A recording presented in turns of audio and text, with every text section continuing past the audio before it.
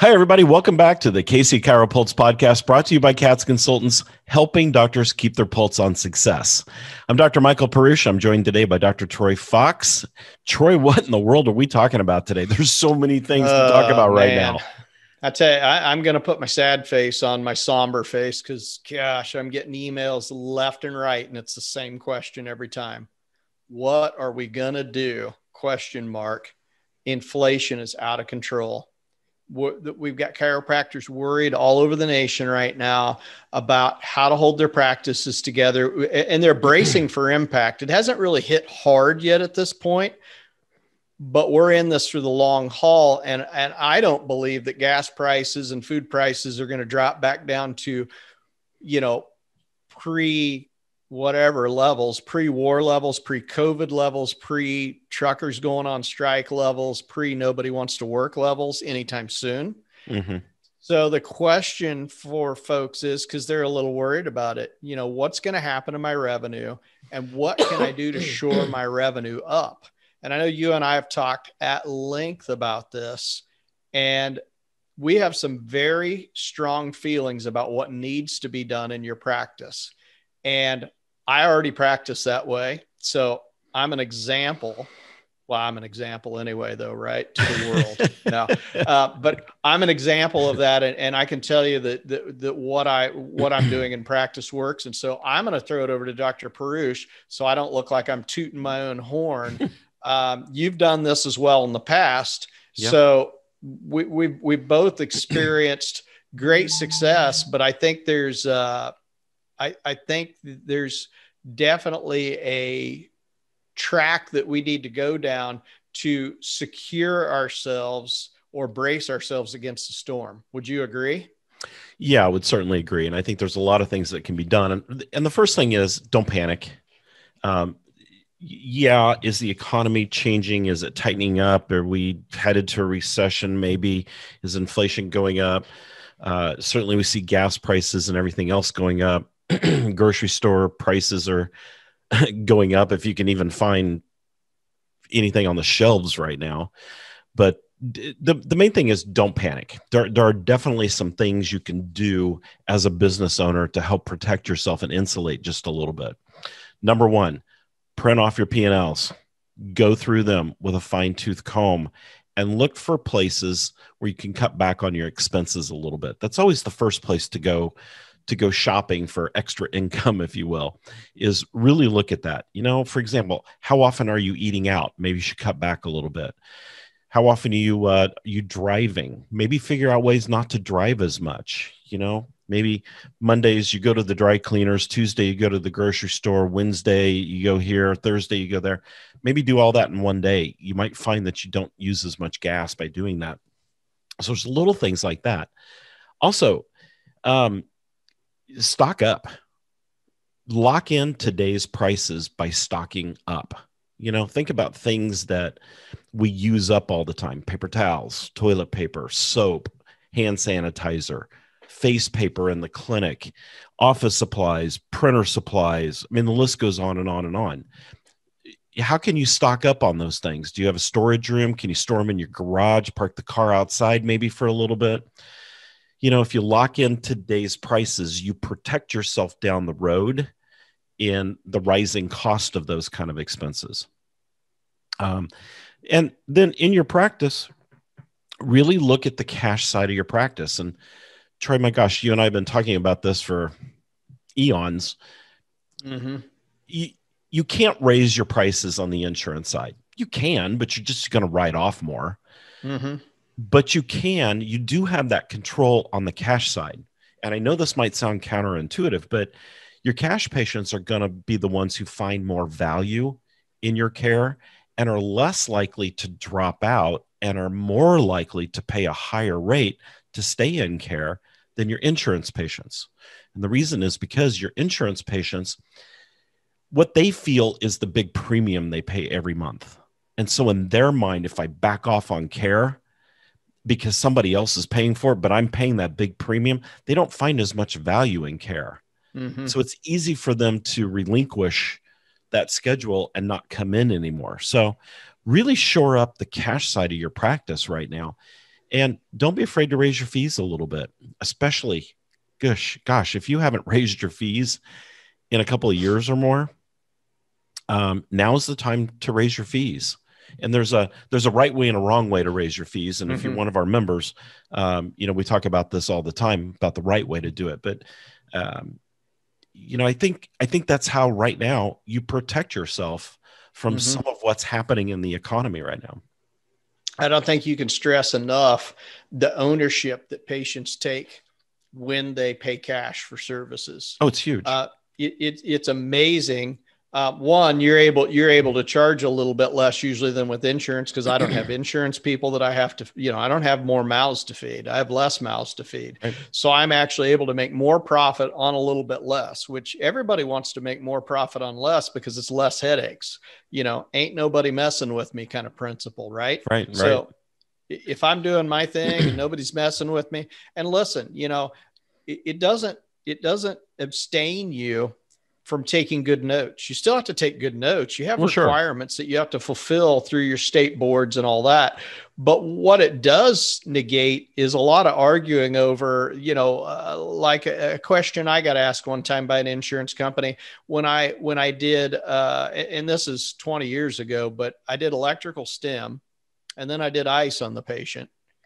And they said, we don't want to pay for the ice because we don't know if you did that at the patient's home, if the patient iced at home and you just recommended ice, or if they did it at office. I said, well, it says that we provided that service. It was electrical stim and ice at the time.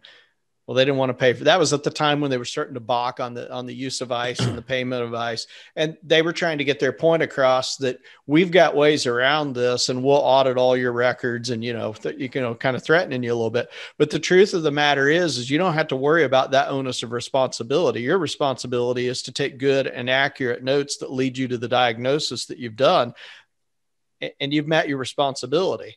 I don't have to fight this fight where I fight against somebody that doesn't play fair and says, well, I'm going to ask for something that I know that you don't have, or very few docs would have done, or would be very hard for you to comply with. I don't have to play that game. So I'm going to get paid. So that's one good thing as well, is that I already know that I'm going to get paid because my patients, they actually pay at the time of service, all of them. Right. And every single one of them. So I don't wait for payment and I don't have a big AR.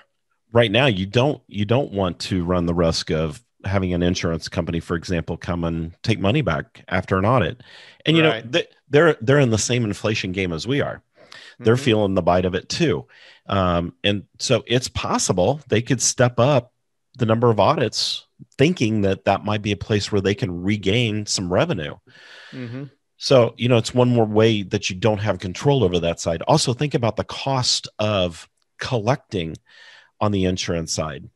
It's the average in the profession right now is about 14%. In other words, of every $100 you collect, it costs you $14 to collect it. And that's your billing person and, your electronic clearinghouse and, all those things associated with the cost of collecting. And what's it cost you to collect for your cash patients? About zero. It doesn't really cost you anything. So, there's just a lot more financial freedom on that cash side of your practice. And we're not proposing necessarily that you should be an all cash practice all of a sudden. Yeah, we're not asking that you jump over the side of the ship that you're on right now in open water in the ocean and hope the sharks don't eat you. That's not what we're saying. But a transition more to a cash style practice and just be really focused on cash would really make sense. Yeah, just really be focused on the cash side of your practice. So where's the cash side of your practice? Well, it's in some of your therapies that insurance doesn't cover, like all of them. It's in your maintenance care, because typically insurance doesn't cover maintenance care. So, make those transitions, have those conversations with patients and get those maintenance patients, for example, off of insurance. Here's another area that I like to look at, and it's nutrition. Oh, absolutely. It's heavily overlooked. A lot of practices they underutilize nutrition. They're just not using it as well as they should. And so one way that you can develop a transitional or a more cash practice is to delve more into the nutrition that your patients need. Yeah. identify what problems have I had over the last year that I've glossed over. And that patient probably went to Walmart and bought themselves some calcium carbonate. That fixes everything, by the way. And somehow, they bought a product at Walmart. Now I get it. Sometimes people go to Walmart and buy stuff and they're like, well, I don't want to buy expensive products, but I think it's important. And you and I both used a format where we had our list of products that we used. And a lot of patients listen to what the doctor's doing because they're thinking, okay, the doctor's pretty smart. He's doing what's good for him, which might be good for me.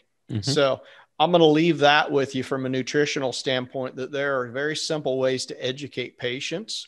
We can go into more in depth than we do with our clients about how to do this, but that's just a little tidbit, is that, patients want to hear what the doctor does every day.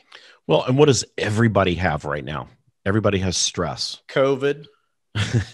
Oh, hopefully we're past COVID. No, COVID's over because we're at war with Ukraine now. COVID's non-existent. Yeah. So stress. Okay. So everybody's got stress. So think about how you can help people through chiropractic care and through nutrition to help manage stress right now.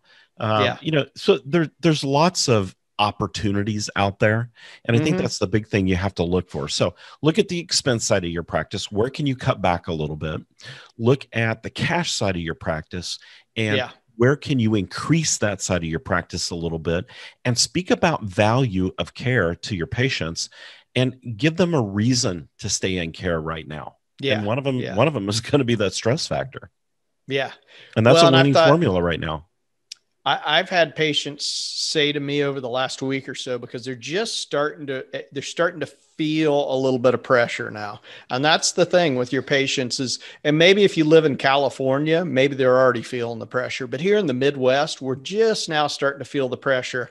And I've had 2 patients in the last day or so say to me, I'm so glad that I'm getting chiropractic care, because I need to make sure that I can continue to work and I don't have any downtime, because, times are going to be a little bit tight. It seems like here over they're feeling that over the next 6 months to a year, they may have to really buckle down a little bit. And they're like, I want to make sure that I'm in great health. So I'm not willing to give up my chiropractic care, because I think that's part of my team for success is my chiropractic care. So I love when I hear patients talk about that, because it's so true that we keep people healthy and functional. And when we do keep people healthy and functional, they're able to work and make money. Right.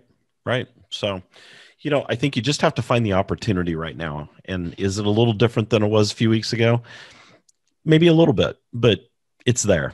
So, all right, people, we really appreciate the questions that you send in. Remember, send them to Troy at katzconsultants.com.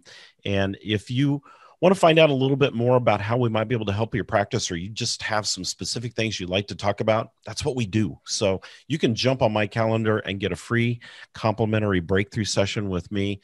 All you have to do is go to katzconsultants.com, top right corner of the first page. You can schedule a consult, click on the button, you go right to my calendar. So I'd love to hear from you. Let's chat about it. Troy, appreciate you being on with me today. It's always fun to co-host with you. And yeah, absolutely. Yeah. So everybody just, keep your chin up. It's all going to be good. And we just got to keep plugging along and look for those opportunities, because they're there. All right, everybody. Thanks for tuning in to the KC CHIROpulse podcast, brought to you by Katz Consultants, helping doctors keep their pulse on success. So be sure to check us out at katzconsultants.com. And from all of us here at Katz Consultants, we'll see you next time. See ya.